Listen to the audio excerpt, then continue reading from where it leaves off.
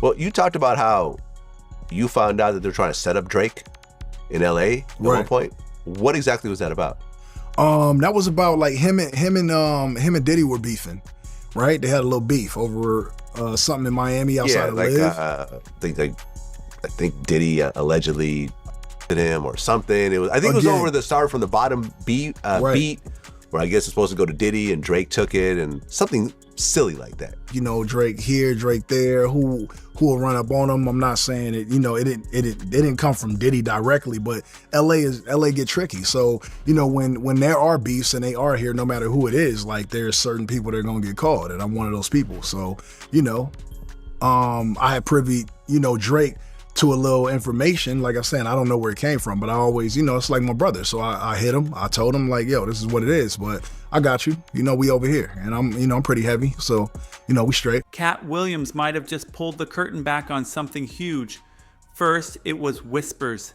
Now, Drake's name is being connected to Diddy's infamous private recordings, and not just mentioned. Reportedly, his voice can be heard shouting in one. That hit hard.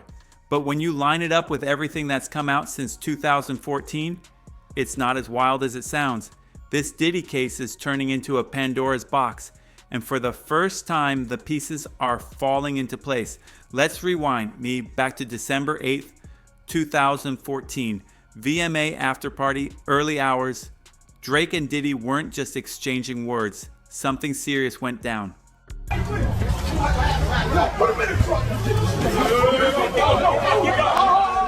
Multiple media outlets confirmed it.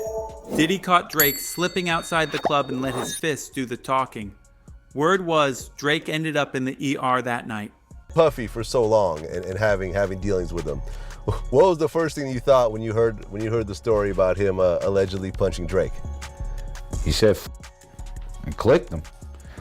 I actually thought Drake must have said something wrong to him or something, or did something, or tried to play him, or something must have happened. I actually really didn't, I kind of just laughed. It's funny, Although there was no footage of this, based on people that I've spoken to close to the situation, Diddy really did punch Drake in the face. Oh, I got that call 4 o'clock in the morning. Later, Diddy tried to downplay it, went on air acting like nothing happened, but the internet wasn't buying it. Like, what made you put hands on Drake? I did not put hands on Drake. Oh. And I do not want any problems with Drake. Drake is, right now, that's all I got. That's all I have to say. He's putting in his work. I didn't do nothing to Drake. Eyewitnesses and several blogs backed it up. Even 50 Cent weighed in, throwing shade. Diddy couldn't recognize a hit if it was served to him.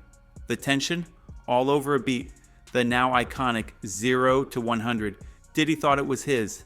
Drake dropped it first, turned it into a hit. And that Miami night was the fallout.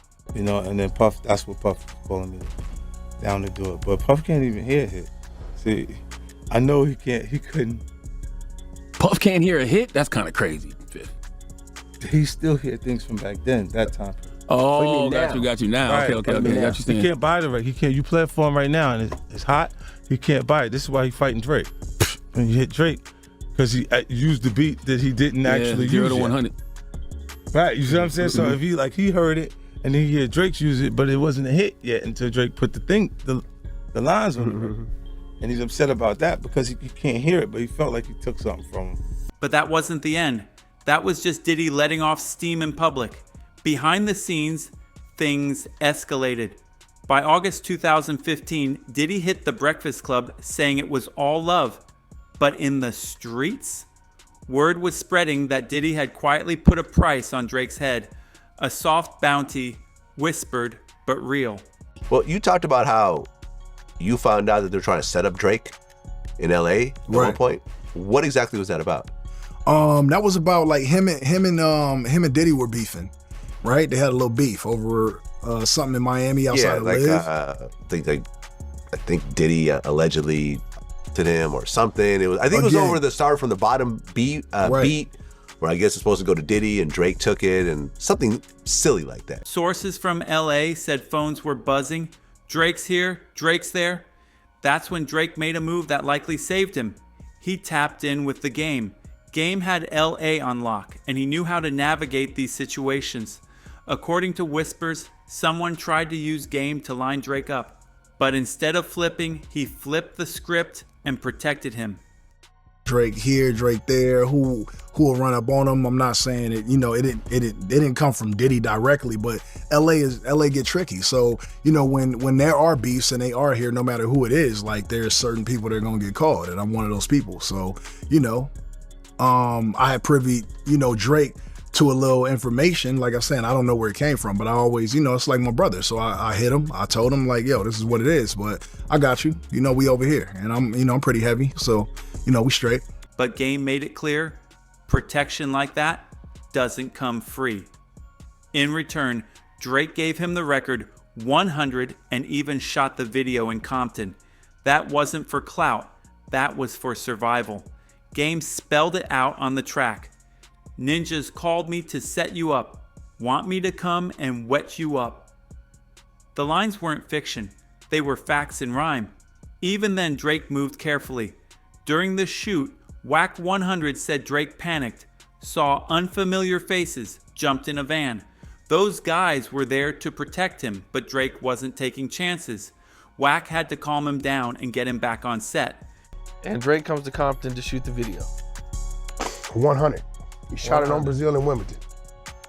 What all happened during that video? What was that?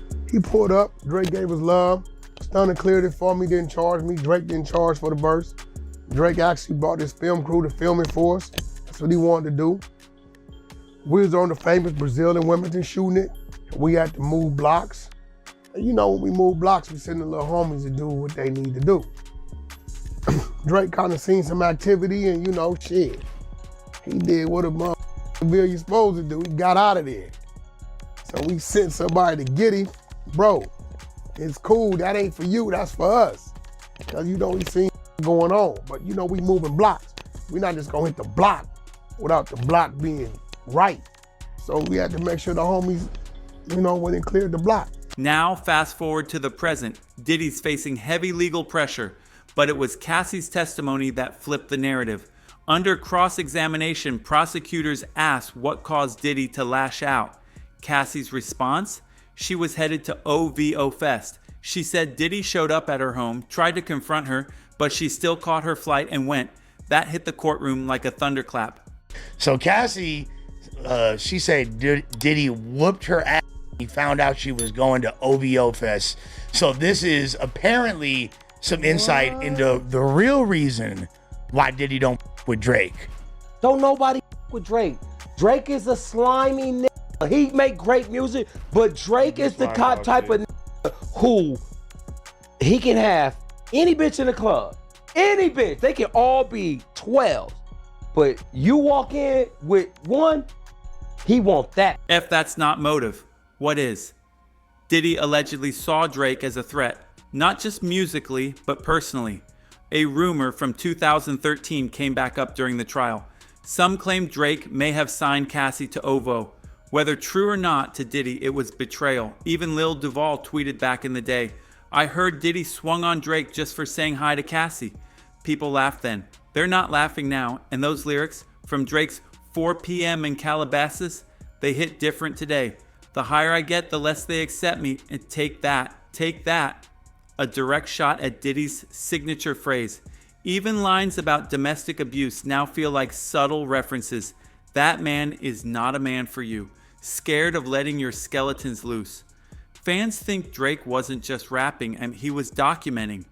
That's why, do you know what the number one job of somebody that sold their soul in Hollywood is? What? Is to act like it didn't happen. They all do the same job. Why do you think Gary Owen can't cross over and he already white? Now, Katt Williams is doubling down, claiming Drake's voice is on the Diddy tapes. Not to mention a scream. Whether those tapes capture wild parties, private calls, or something darker. Katt's claims are starting to sound less like rants and more like receipts. If Drake really is on those tapes, screaming or otherwise, this isn't just about music beef anymore. It's something much, much bigger. Some online voices said, if Diddy's bold enough to come at Drake and Cassie, imagine what he's done to regular folks. Another added, Diddy's an equal opportunist. He'll press anyone. So, what's your take? Is Katt Williams exposing the industry's deepest secrets or just stirring chaos? Drop your thoughts in the comments and don't miss the next video on screen. Trust me, it's just as wild.